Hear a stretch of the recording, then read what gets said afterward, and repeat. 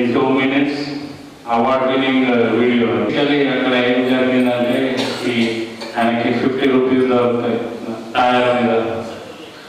So he things imagine చేస్తారు నేను ice cream తింటా, చాక్లెట్స్ ప్యాక్ చేస్తే అక్కడ టీ స్టాల్ ఓనర్ ఫర్గివ్ చేస్తారు. ఓకే ఏం కాదు, బాల్ తీసుకోండి. ఇక్కడ ఈ బాయ్ చూసి ఐస్ క్రీమ్స్ అన్ని సాక్రిఫైస్ చేసి కొత్తది గ్లాస్ తీసుకొని వస్తుంది. సో షేర్ ఆఫ్ ఇలా చేయరు, అక్కడ చూస్తారు మనకెందుకు, అది గ్లాస్ బ్రేక్ అయితే మనకెందుకు. సో ఆ స్టేజ్లో మనం వెళ్ళాలి, ఆ క్వాలిటీస్ మనకి రావాలి. అది అన్ని నెగటివ్ క్వాలిటీస్ వెళ్ళి ఇట్లా సాక్రిఫైస్ చేయాలి, ఫర్గివ్ చేయాలి. అది చేయాలంటే క్లీనింగ్ బాగా మనకి హెల్ప్ చేస్తుంది. సో నిర్మలీకరణ ప్రక్రియలో మన అన్ని నెగటివ్ థాట్స్, మన సెల్ఫిష్నెస్, ఇంకా యాంగర్ అన్నీ తగ్గిపోయి మనకి good qualities like sharing, forgiveness, sacrifice ఇది డెవలప్ అవుతుంది. సో కానీ ఇది basic cleaning. Deep meaning of cleaning ఏంటి అంటే ఇప్పుడు సంస్కారాస్కి రిమూవ్ చేయాలి. దాని మీద డీటెయిల్తో మా షరీఫ్ గారు సార్ మాట్లాడతారు. ఓకే, మనం ప్రాసెస్ చేద్దాం. ఓకే, నిన్న మనం 2 విషయాలు తెలుసుకున్నాం. మనం రోజువారీ జీవితంలో ఎలాంటి ఒత్తిడితో కూడినటువంటి జీవితం జీవిస్తున్నాం. ఆ ఒత్తిడి నుంచి బయటపడడానికి మనం రిలాక్సేషన్ టెక్నిక్ నేర్చుకున్నాం. అంటే భూదేవి నుండి లభించే స్వస్థతను చేకూర్చే శక్తి, అంటే హీలింగ్ ఎనర్జీ బ్రహ్మదేవి సహాయంతో పాదాల వేళ్ళ నుండి తలకొన్న భాగం వరకు అన్ని భాగాల్లోకి శక్తి ప్రవేశించడం. మధ్యలో మనం అనుభవం విలోమం చేస్తూ చక్కగా రిలాక్స్ అయితే ఎంత టెన్షన్ ఉన్నా కూడా ఎవరైనా రిలాక్సేషన్ చేయించవచ్చు. 3-4 నిమిషాలు టెన్షన్లోంచి బయటకు వచ్చేస్తారు, కోపంలోంచి బయటకు వచ్చేస్తారు. దానివల్ల మనం జాయ్ఫుల్ ఉంటాం. ఎప్పుడైతే శరీరం మనస్సు తేలికగా ఉన్నాయో మన అంతరంగంలో ఉన్న అంతర్యామి వైపు మన ప్రయాణం తేలికగా అవుతుంది. దాన్నే శిథిలీకరణ అంటారు పతంజలి యోగ సూత్రాలు. సో ఇంకో విషయం ఏంటంటే అష్టాంగ యోగ, పతంజలి అష్టాంగ యోగ గురించి మనం ధ్యానం నుంచి ప్రారంభమైనప్పుడు యమ, నియమ, ఆసన, ప్రాణాయామ, ప్రత్యాహార, ధారణ, ధ్యాన, సమాధికి వెళ్తాము అని మీకు నేను తెలియజేయడం జరిగింది. మనం ప్రాక్టికల్గా రిలాక్సేషన్ అండ్ మెడిటేషన్ మనం చేసాం. మనం ఇక్కడ ధ్యానం ఎక్కడ చేస్తామండి? ఇక్కడ చేస్తామా? ఇక్కడ చేస్తామా? నాభి మీద చేస్తాం. ఎక్కడ చేస్తాం? హార్ట్ఫుల్నెస్ ధ్యానం ఎక్కడ చేస్తామండి? హృదయం మీద ధ్యానం చేస్తాం. హృదయాధారిత ధ్యానం, హార్ట్ సెంటర్డ్ మెడిటేషన్ మనం చేస్తాం. మన అన్ని అనుభూతులు హృదయంలో మనం చక్కగా ఈ యాత్రలో ఎక్కడ ఎటువంటి అనుభూతులు పొందామనేది మనకు తెలుస్తుంది. మనం ఇక్కడి నుంచి ఢిల్లీ వెళ్తున్నాం అనుకోండి, ట్రైన్ ఎక్కుతాం, ఇక్కడ పడుకొని అక్కడ లేవచ్చు, ఏం జరుగుతుందో ఏం తెలియకపోవచ్చు. కానీ కొంతమంది ఏం చేస్తారు, ప్రతి స్టేషన్లో ఏం లభిస్తుంది, నాగపూర్ వెళ్తే ఏమొస్తుంది, నాగపూర్లో మనకి సంతరాలు మంచిగా దొరుకుతాయి, ఆగ్రా వెళ్తే ఆగ్రాపేట మంచిగా దొరుకుతుంది. అట్లా అన్నీ తెలుసుకుంటూ వెళ్ళాలనుకున్న వాళ్ళకి ఈ యాత్ర కరెక్ట్గా తెలుస్తుంది. ఆధ్యాత్మికంగా కూడా తెలిసే అవకాశం ఉంది. మనకు ఈ ఆధ్యాత్మికంగా అత్యున్నత వికాసం చెందిన వ్యక్తిగా మారడం ధ్యానం అంటే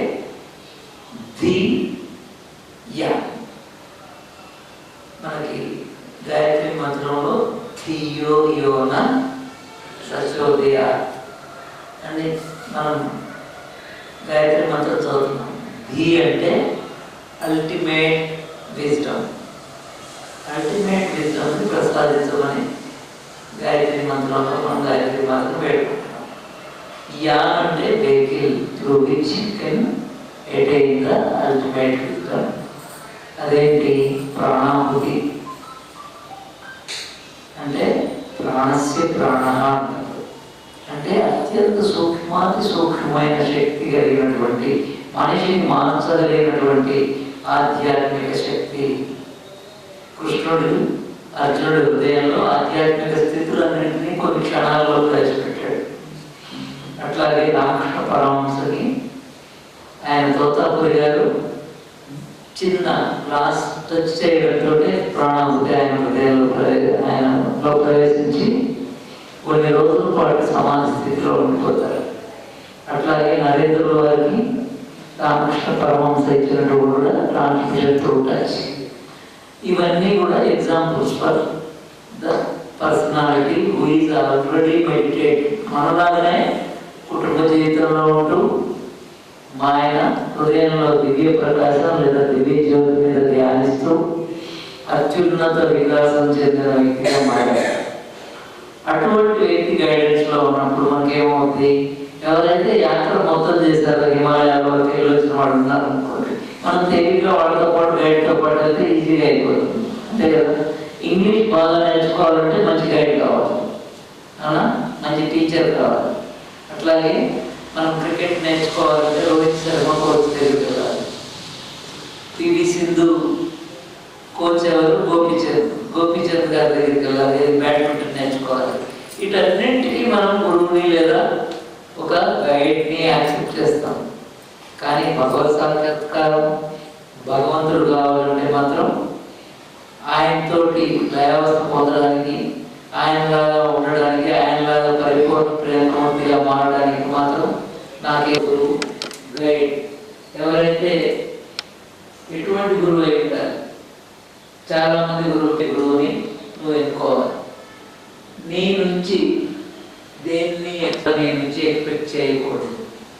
అంతేకాకుండా ఆయన ఎటువంటి వాడు అయి ఉండాలి? అత్యంత విశాలమైన హృదయం అయి ఉండాలి. ఆయన అందరినీ సమదృష్టితో ఈ ప్రాణాహుతి ప్రసారాన్ని మనకు అందించి కాన్షియస్నెస్ ఉంది. ధ్యానం ద్వారా ఈ విషయం ఎంత ఉందో అంతవరకు మన హృదయంలో చైతన్య విస్తరణ జరుగుతుంది. అట్లాగే ఆ పొర కింద ఏముంది? కింద సబ్ కాన్షియస్నెస్, ఉప చైతన్యం. అందులోకి సముద్రపు లోతులు ఎంత ఉన్నాయో అంత లోతులోకి మనం ఈ చేయబోయే నిర్మలీకరణ ద్వారా అత్యంత లోతులోకి వెళ్ళవచ్చు అని మనకి యోగ అష్టాంగ యోగ ఇవన్నీ చదివిన వాళ్ళందరికీ కూడా మనం వింటూ ఉంటాం. ఇవన్నీ చైతన్యాన్ని, కృష్ణ చైతన్యంలో జీవించాలని, కృష్ణుని హృదయంలో నిలుపుకుని ధ్యానించాలని మనకి అది భగవద్గీత చెప్తూనే ఉంది. కానీ ఆచరణలో మనకు నిజంగా అన్ని విలువలు ఆయన చెప్పిన 21 మంచి గుణాలు మనకు వచ్చినాయా? మంచిగా అవి ఎవరికి వాళ్ళు చెక్ చేసుకోవాల్సిందే. మనకే తెలుసు. మనం ఇంట్లో చెక్ చేసుకుంటే కళ్ళు మోసుకుండానికి మనకి ఏంటి ప్రాబ్లం అంటే, కళ్ళు మనంతటా మనం కనుక మోసుకుంటే విపరీతంగా పుంఖాలుగా ఆలోచనలు వస్తే 2-3 నిమిషాల్లోనే కళ్ళు తెచ్చేస్తాం. ధ్యానం చేసి చూసాం మనం కూడా ప్రయత్నాలు చేసాం. ఇప్పుడు మనకి బ్రహ్మ, విష్ణువు, మహేశ్వరుడు ఎప్పుడు కళ్ళు మూసుకునే ఉంటారు. మరి వాడు ఆల్రెడీ భగవంతుడు కదమ్మా, మరి వాడికేం అవసరం? మూలం మీద ధ్యానం చేయాల్సిన అవసరం? ఆల్వేస్ అవేర్నెస్లో ఉండాలి ప్రతి ఒక్కరు కూడా. అందుకోసం ధ్యానం చేయాలి. మనకందరికీ తెలుసు. ఏం తెలుసు? యక్ష ప్రశ్నలు. ధర్మరాజు, పాండవులు చివరిలో పాండవులు వనవాసం అయిపోయే ముందు ధర్మరాజుకి దప్పిగేస్తుంది. దగ్గరలో నీళ్ళు ఎక్కడన్నా ఉంటే తీసుకురమ్మని పంపిస్తాడు. పంపించిన తర్వాత ఏమవుతుంది? అక్కడికి వెళ్తే ఈ నీళ్లు తాగడానికి వీల్లేదు, మీరు నేను అడిగిన ప్రశ్నకు సమాధానం చెప్పుకుంటాను. 4 నీళ్లు తాగేసి పడిపోతారు. అప్పుడు ఎవరు ధర్మరాజు అంటాడు. ధర్మరాజుని అడుగుతాడు. అడిగితే ఓకే చెప్తాడు, అన్నింటికి సమాధానం చెప్తాడు. చిట్ట చివరిలో ధర్మ అంటే ఏంటి అడిగితే అవేర్నెస్, అంతరంగంలో అవేర్నెస్ ధర్మం. సో అటువంటి ధర్మాన్ని మనం శాస్త్రపరంగా మన ధర్మాలన్నింటినీ మనం నెరవేర్చాలి. దాన్ని కర్మ అంటారు. శాస్త్రాల పరంగా మనం పాటించవలసిన చేయవలసిన ధర్మాలన్నీ చేయడం కర్మ. ఓకే, మనం చేయకూడని వాటిని చేయకుండా ఉండడం వికర్మ. మరి అకర్మ అంటే ఏంటండి? భగవంతుని స్మరణలో మనం చేయవలసిన పనులన్నింటినీ బాధ్యతలన్నింటినీ ఆయనకే సమర్పిస్తూ చేయడం అకర్మ. ఇది జరగాలంటే ముందు మనం అంతరంగంలో ఉన్న అంతర్యామితో అనుసంధానం కావాలి. అంతర్యామే నీకు రోజు వారీగా నీ హృదయం నుండి నీకు గైడెన్స్ ఇవ్వాలి. ఇది నీ హృదయం పవిత్రంగా ఉంటేనే జరుగుతుంది. Purity leaves your destiny. అంటే మన అంతరంగ పవిత్రత, సరళతనే మనల్ని, మన విధిని నిర్ణయిస్తుంది, మన భవిష్యత్తుని నిర్ణయిస్తుంది. సో మన ఆస్తులు ఏంటండి? మనం తెచ్చుకున్నది పూర్వజన్మ సుకృతం. 84 లక్షల జన్మల్లో తెచ్చుకున్నటువంటిదంతా కూడా heaps of samskaras are there inside us. అర్థమైందండి? ఇవి కాకుండా ఈ జన్మలో మనం చేసిన ఆలోచనలు, మనం చేసిన పనులు, ఇవి సంచిత ప్రారంభ కర్మ, సంచిత కర్మ. Output is our own personality. ఈ పర్సనాలిటీని మార్చుకోవడానికి కొన్ని చేసుకోగలుగుతున్నాం, కొన్ని మనలో మార్పులు తెచ్చుకోలేకపోతున్నాం. దానికి కారణం ఈ ఆత్మ చుట్టూ ఉన్నటువంటి సంస్కారాలు. ఇక్కడ మనం అర్థం చేసుకోవాలంటే మనం ఎలా తొలగించుకోవాలి వ్యక్తి. ఈ ఇన్పుట్ని తొలగించగలిగినటువంటి సమర్థ గురువు, guide, who has mastered himself. ఒక స్తంభానికి నా గురువు కట్టుబడి ఉంటే, బంధాలలో ఉంటే, బంధ విముక్తుడు కానటువంటి గురువు మనకేం చేయగలడండి? బంధ విముక్తుడైనటువంటి వాడు, ఆయన అత్యున్నత వికాసం చెందినవాడు, ప్రాణాహుతిని అందించగలిగిన వాడు, అందరినీ సమదృష్టితో భగవంతుల్లా, ఆల్మోస్ట్ లైక్ భగవంతుల్లా మారినటువంటి వ్యక్తిత్వం ఉంటేనే ఆయన్ని మనం గైడ్గా స్వీకరించాలి. లేకపోతే బరువు లేకపోయినా పర్వాలేదు జీవితంలో. కానీ సరి అయిన గురువు లేనటువంటి వ్యక్తిని మనం ఎన్నుకుంటే మన జీవితం కూడా ఆయన లక్షణాలే మనం అర్థమైంది కదా. సో ఈ సంస్కారాలను ఎవరు తొలగించగలరు?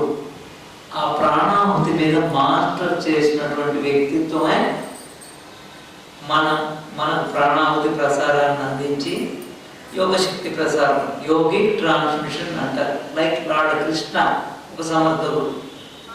స్వామి వివేకానంద కూడా అదే చెప్తారు. ఏం చెప్తారు? Rajayoga should be practised under the guidance of able master.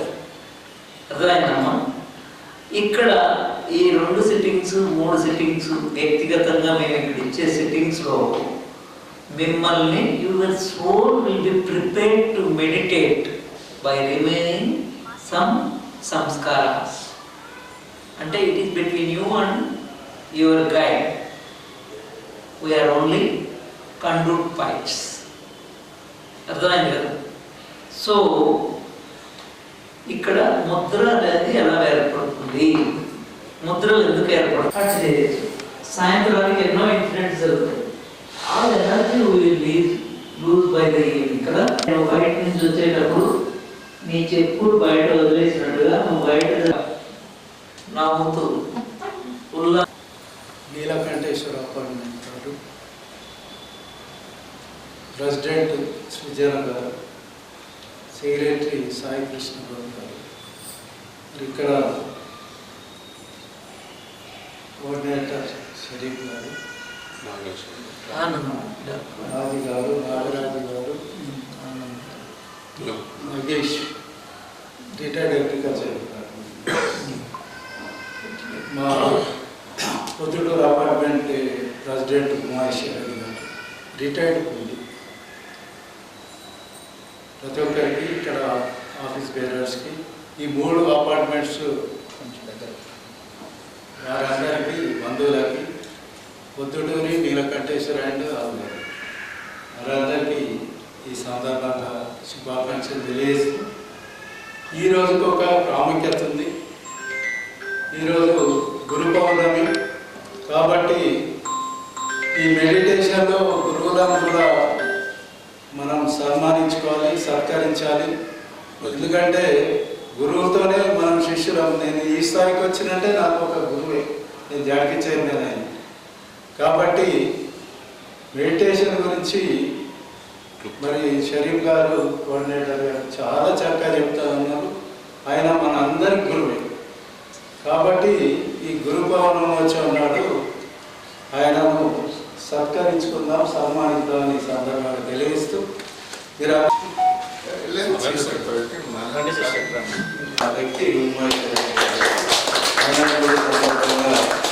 సన్మానిస్తూ మరి ఈ సందర్భంగా సన్మానిస్తాం. మరి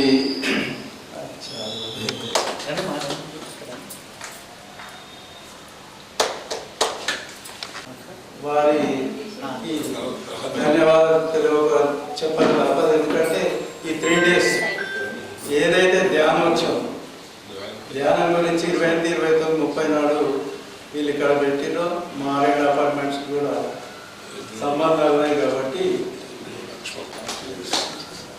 ఈరోజు చాలా శుభదినం, అనుకోలేదు, చాలా సంతోషంగా ఉంది సార్. మీకు ధన్యవాదాలు sir. Thank you very much sir. Meditation ధ్యానం గురించి కూడా ఒక 2 నిమిషాలు. నేను పెద్ద ప్రొఫెసర్ కాదు, వేదాన్ని కాదు, కాబట్టి నాకున్న నాలెడ్జ్ ప్రకారం ధ్యానం అనేది మనకు హిందువులే కాదు, ముస్లిమ్స్ కానీ, క్రిస్టియన్స్ కానీ అన్ని వర్గాల వారు ఈ ధ్యానం చేసుకుంటా ఉన్నారు. మనం చూస్తూ ఉన్న ముస్లిమ్స్ రోజు ధ్యానం అనేది సంస్కృత పదం, మెడిటేషన్ అనేది ఇంగ్లీష్ పదం. కాబట్టి చక్కని కార్యక్రమం, ఏకాగ్రత, ట్రస్ట్ నుంచి మనం ఏదైతే ఆలోచన నుండి, ఒత్తిడి నుండి బయటకు వస్తామో మనిషికి ఓపిక, శాంతి ఇవన్నీ. ఎందుకంటే నేను అనుభవిస్తున్నా కూడా ఓపిక, శాంతి, కోపం అని నశించినప్పుడు మనిషి బాగా ఏకాగ్రత ఉంటాడు, స్ట్రెస్ నుంచి మనం తప్పించుకుంటాం. కాబట్టి మంచి కార్యక్రమం ఈ కార్యక్రమం చేపట్టిన నీలకంఠేశ్వర వారి కమిటీకి, వారి సభ్యులకి, అట్లాగే ఇక్కడికి ఇచ్చేసిన కోఆర్డినేటర్ అందరికీ, ఏదైతే ఉన్నదో మన హార్ట్ఫుల్నెస్ సంస్థ వారు మరియు శ్రీ రామచంద్ర మిషన్ వారు సంయుక్తంగా సారథ్యంతో నిర్వహిస్తున్న ఇటువంటి కార్యక్రమాలు చాలా నచ్చినాయి. భవిష్యత్తులో కూడా ప్రెసిడెంట్ గారు కోరినట్టు, సృజన గారు కోరినట్టు 3 అపార్ట్మెంట్స్లో ఈవెంట్స్ ఏదన్నా కలిసి చేసుకుంటే బాగుంటుందని, భవిష్యత్తులో సంక్రాంతి ముగ్గులే కానీ, బతుకమ్మ కానీ, నవరాత్రులు కానీ ఇటువంటి కలిసి చేసుకుంటే బాగుంటుందని నేను ఈ సందర్భంగా తెలియజేసి, ఇప్పుడు మన పొద్దుటూరు అపార్ట్మెంట్ అధ్యక్షులు ఉమాయేశ్వర రెడ్డి గారు ఇక్కడ బ్రహ్మ మహేశ్వరులుగా త్రిమూర్తులు ఏ రీతిగా అయితే ఉన్నారో ఇక్కడ 3 టవర్స్ వాళ్ళని కలిసి ఉండడం అనేటటువంటి జరుగుతూ వస్తున్నటువంటి విషయం మీకు తెలుసు. సాధించిన క్రితం ఇప్పుడే చెప్పారు, ఈరోజు గురు పూర్ణిమ, వ్యాస పూర్ణిమ. గురు అంటే చీకటిని తొలగించి జ్ఞానాన్ని, వెలుతురుని అందించేటటువంటి వాడు గురువు. 4 యుగాలు ఉన్నటువంటి విషయం మీకు తెలుసు. సత్యయుగం లోపల దక్షిణమూర్తి మనకు గురువుగా ఉన్నాడు. కృతయుగం లోపల మనకు దత్తాత్రేయ స్వామి గురువుగా ఉన్నాడు. పోయినటువంటి కృష్ణుడి కాలాన్ని మనం ఏమంటాం? ఆ యుగాన్ని ఏమంటాం? ద్వాపర యుగం. ఆ యుగంలో మనకున్నటువంటి గురువు వ్యాస మహర్షి, గురు పరంపర. మరి ఈ గురువులకే గురువు చైర్మన్గా జిల్లా పరిషత్ నడిపి మా అందరినీ ఆశీర్వదించి మా అందరికి జీతభత్యాలు ఇచ్చి అందరూ ఉపాధ్యాయుల ప్రేమ స్వభావాన్ని చూపించినటువంటి వ్యక్తి విఠలరావు గారు. వీరు పక్క అపార్ట్మెంట్లో ఉండడమే మనకు అదృష్టం.